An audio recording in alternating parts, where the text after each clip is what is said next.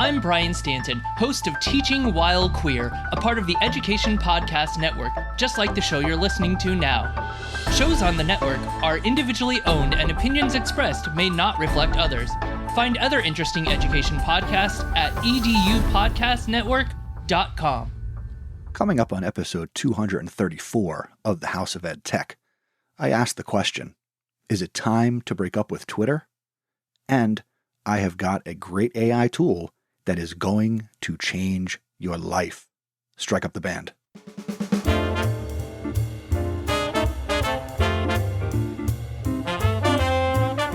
Welcome to the House of EdTech. My name is Chris Nessie. The House of EdTech launched in 2014, giving me the opportunity to speak with teachers, leaders, and creators so you can more effectively integrate technology, strengthen your pedagogy, and have more confidence in your classroom and school so you can make an impact.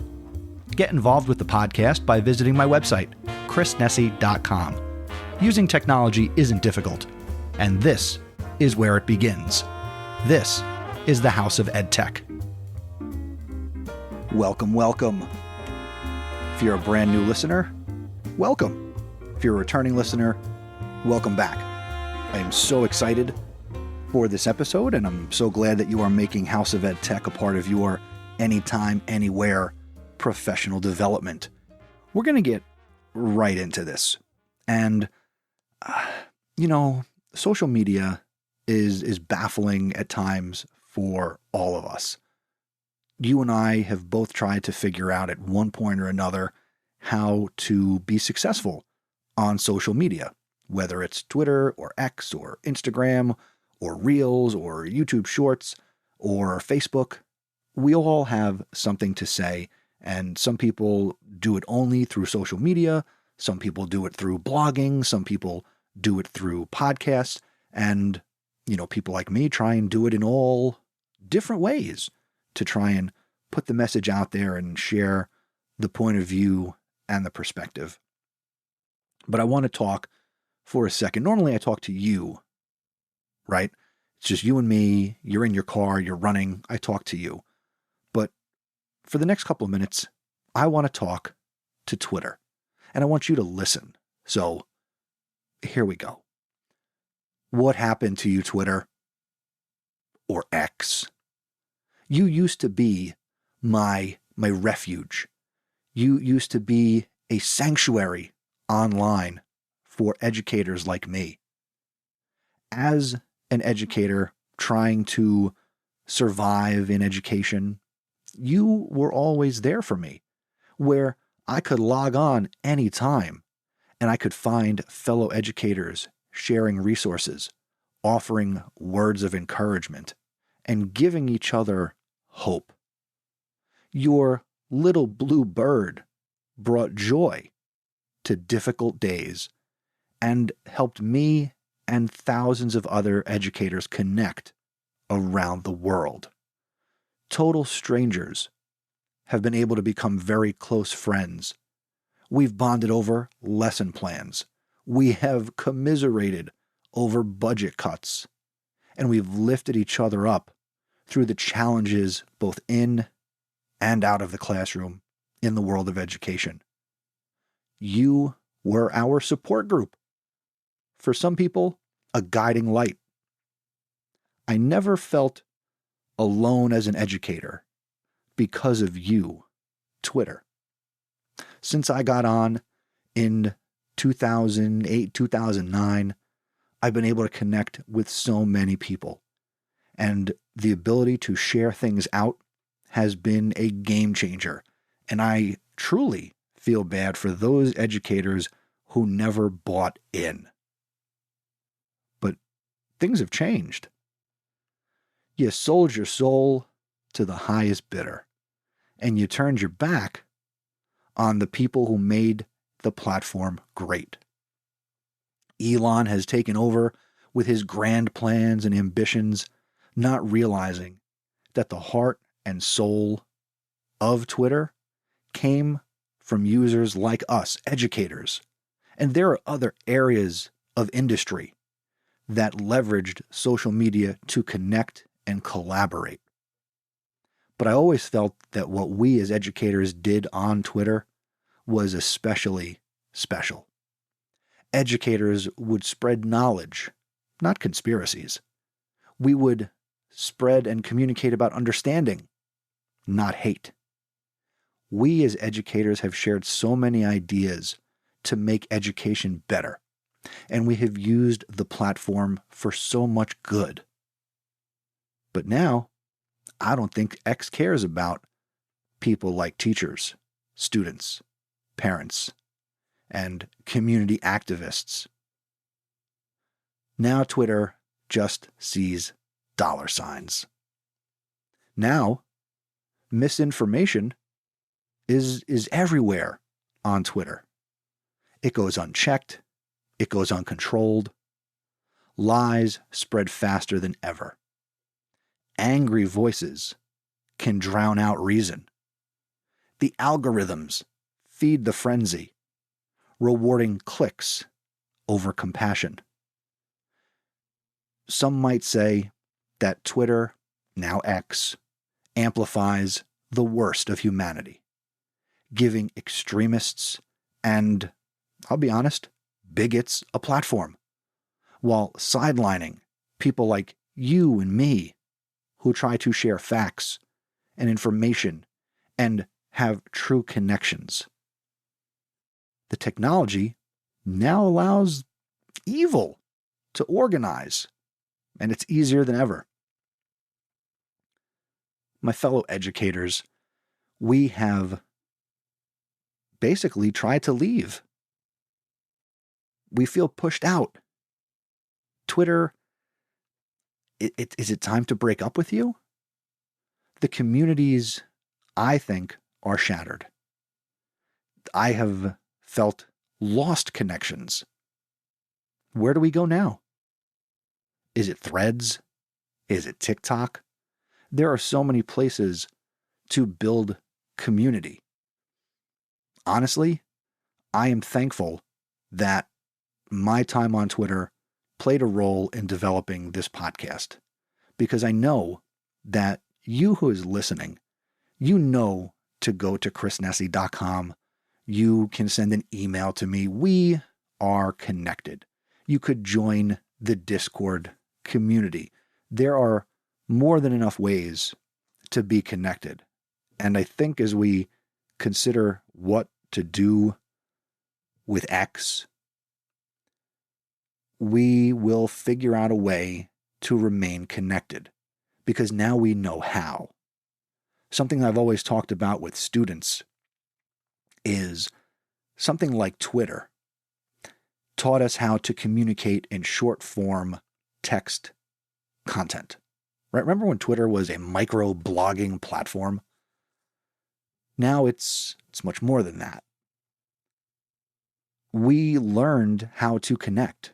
We know how to build community. I, since day one, have tried to build community around the podcast. So by listening, we are connected. I mention in every episode how to get in touch with me.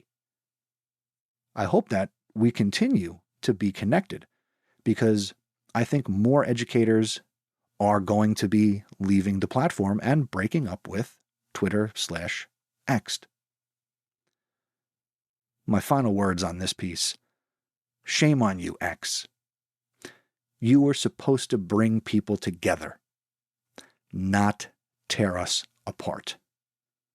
I honestly don't recognize you anymore, X. You've abandoned your purpose.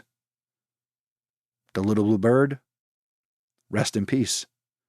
Your once beautiful song has been silenced. So where do we go from here? Well, hopefully you go to chrisnessy.com and, we get connected and you can email. Again, I am still on X. I'm always going to be at Mr. Nessy until they ask me for money to simply have an account. And at that point, the breakup will truly be official. But for now, I think it's time to ghost Twitter a little bit. I don't know. What are your thoughts? Are you on Threads? Are you connecting with people on TikTok? If you want to connect with me, go to the Discord, chrisnessy.com/Discord, Discord. I'm at House of EdTech on Threads. You and I will be fine. We will find ways to remain connected. So long as you keep listening to the podcast, then, everything will be just fine. So we don't have to go too crazy about that. But what are your thoughts? Are you still on X? Are you also thinking about breaking up with X? And if so, where are you going to go? I want to know. And I know I forgot to say this at the beginning of this little rant, but this was my EdTech thought.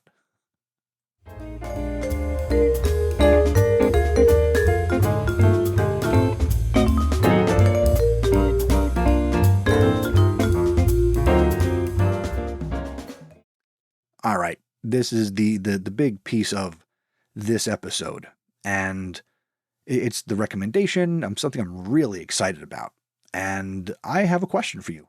Are you looking for an easier way to differentiate instruction in your classroom? An easier way to create learning materials? Are you tired of, and I'm going to throw up when I say this a little bit, are you tired of giving money to TPT? There I go, I threw up a little bit. Well, if you have not tried or you have not heard of Diffit, oh baby, game-changing tool. So I'm talking about Diffit.me. That's the website, Diffit.me. This is a tool that allows us as educators to easily adapt text and generate personalized readings and digital resources for every student. With Diffit, and I'm going to explain this as best I can in words. So after you hear me talk about this, you've got to go and try this if you have not already. And if you have tried it, tag me on some social platform and let me know that you have. Maybe you'll tag me on X. I don't know. But with Diffit.me, you can take any reading, any article, any body of text, and instantly adapt it into any reading level in seconds. This allows you to meet the needs of all learners, whether they need more challenge or extra support. Diffit aligns and adapts text to standards and curriculum, so no student misses out on the critical concepts. It lets you generate short, leveled texts on any topic you're teaching. And when I say any topic, I mean any topic. You can give it a prompt and give it a topic you are teaching, and it will generate text. Here's the difference between something like this and something like Bard or Claude or ChatGPT. Diffit is going to cite its sources, and you'll be able to click on links to see exactly where information came from in this AI-generated reading. Okay? This is going to allow you to create readings, digital notebooks, and activities that can be tailored to each student's level. You can not only give it text, you can upload a PDF file, you can give it the link to a YouTube video, you can give it the URL of an article for any website, and there is a bit of a character limit, but right now in this free, open, give you access to everything time period, you can throw a lot into it. Okay, I'm getting excited. I don't know if you can hear this. I've been spreading it and talking about it with teachers in my department, in my school, for a couple of weeks now, and it is super cool. So, for example, we were looking, again, I'm in the history department, and we were looking at articles and resources on how to talk about what's going on in Israel and Gaza with our world history students, and we were looking at articles on a variety of websites, and we were able to take articles that were written early in the morning on the days that we were doing this and create teaching resources, because it will give you, based on, let's say, a CNN article, it'll give you got the article from the original source. Now you've got this leveled reading based on the content of the article. It then gives you a 3-point summary, some multiple choice questions, some short answer questions, some open-ended questions, and you could copy and paste this and put this anywhere. But they've got this great share feature that lets you export it to, say, create a Google Forms quiz or a PDF or these great Google slideshows that are basically digital notebooks where you can have students perform a number of different learning activities based on not only the original article, but the AI generated content that is based on the content you fed it. It is super slick. And as I'm recording this and releasing this on October 15th, you've got to get into Diffit before the middle to the end of November, because in January, they are going to be moving to a premium, freemium type model. And based on the language on their website, diffit.me, they are not going to be looking to basically take your money as an individual educator. They want to contract directly with entire schools and districts. The only way that's going to happen is if teachers like you and me are getting in there and using it and finding value in it, and then bringing it to your supervisors, your curriculum directors, your, tech coaches. Okay. So you've got to check this out. All right. There's a lot of people talking about this on social media. I am actively playing with it and using it, and I'm spreading it like wildfire to as many people as I possibly can because it is that powerful. Again, it's adapting text to any reading level in seconds. You can generate these leveled readings on any topic that you just prompt it, or again, you can feed it an article, video, PDF, and it's going to do it. It's going to be aligned to your curriculum standards. It's going to help students build background knowledge and vocabulary. You can create differentiated activities very quickly. This will save you time in your preparation and planning. And we all want to meet the needs of every learner in our classroom. So again, right now you can sign up for Diffit's free version. That is, again, this is designed for teachers. Okay. I cannot stress this enough. This is not some random AI tool that we're just going to use as teachers. Okay. I've actually made contact with Diffit, and I'm hoping to have Catherine, she's at Miss Green EDU on Twitter, hoping to have her on as a guest. Could be as soon as next episode or in the next coming episodes. But hopefully we're going to talk more about Diffit and what it can do for you and your school, and really more importantly, your students. So I think you need to go and check out diffit.me. Again, it's DIFFIT.me. That's the featured content. That's the recommendation. Now, on with the episode, and let's give something a try.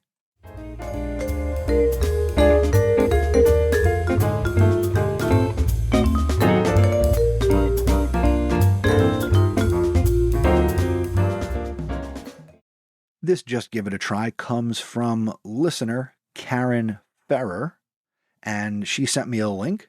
I forget whether it was Facebook or Instagram, something, but Karen reached out and she shared a great QR code generator from a site called websiteplanet.com.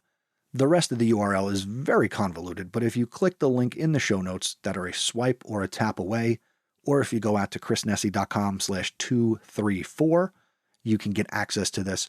And this is a great free QR code generator. You can generate SMS links, Twitter messages, text. You can create QR codes to link to any number of things. So if you are someone who likes to use QR codes in your school, in your classroom, or even just for fun, this looks like a great free tool. And actually the one that I used, there's one where you can create a QR code with your Wi-Fi login. And I had seen this hack somewhere, but when I saw this site from Karen, I basically said, oh, let me actually finally do this. So I created a QR code here at my home with my Wi-Fi information. So now if people come over to my house, when people come over to my house and they want to get onto my Wi-Fi, they can scan this QR code and it will log them into the Wi-Fi. And I don't have to worry about typing in the network or saying the password to the network. They can just scan this QR code and it's going to let them on to my network, or any number of other activities that you might want to link to with a QR code. So I want to thank Karen for sending this my way, and I will again include a link to websiteplanet.com and their free QR code generating tool in the show notes for this episode. Again, chrisnessy.com/234, or they are a swipe or a tap away in the app you're listening in right now.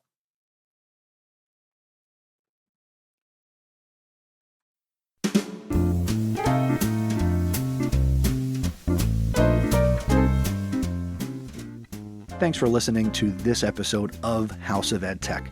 If you have not already, I invite you to subscribe or follow the podcast where you're listening to it right now, and continue to make it a part of your anytime, anywhere professional development. To get the most out of the show, be sure to check out the show notes for this episode, and you'll find links to all the resources that I mentioned. Go to chrisnessy.com/234. I genuinely enjoy hearing from you, and I value your feedback and your perspectives. That's why Karen reached out to me to share what she shared. So if you've got thoughts or questions, or you want to share something about a recent episode or any other education or tech-related topic, don't hesitate to reach out. You can email me, feedback@chrisnessy.com, or you can leave a voicemail at chrisnessy.com/voicemail. Your input helps me create better content and improve the podcast, so please share your thoughts with me. I am eager to connect with you. If you know someone who could benefit from listening to the podcast, I encourage you, I beg you, share it with them. Spread the word on social media or through word of mouth. Your efforts help me reach a wider audience of educators who will help me get value from the show. Thank you for helping me expand the reach of the House of EdTech. Lastly, I invite you to become an awesome supporter. If you're getting value from my content, I think you might want to become an awesome supporter. I'm incredibly grateful for the ongoing support from Jeff Herb, Peggy George, Dan Gallagher, Mike Messner, Matt Miller, Brian Carpenter, and Aaron Cummings. If you're getting value from the show, go to chrisnessy.com/awesome. Your generosity will go a long way in helping me continue to create the podcast. The next episode of the show is going to be episode number 235, and that should be coming your way on October 29th. Now, before I go, you're still listening. You are some of my dedicated listeners here at the end of the show. So I want to put I want to plant the seed for the annual House of EdTech Smackdown. That's right. If it's October, that means it's almost December. So if you want to get something to me, you know what the House of EdTech Smackdown is all about. I will have much more detailed information in the next episode, but if you've got questions and you want to participate, reach out to me and I will let you know the deadline. That's really my way of saying I don't know the deadline yet. But anyway, thanks for listening. Remember, using technology isn't difficult. Just give it a try.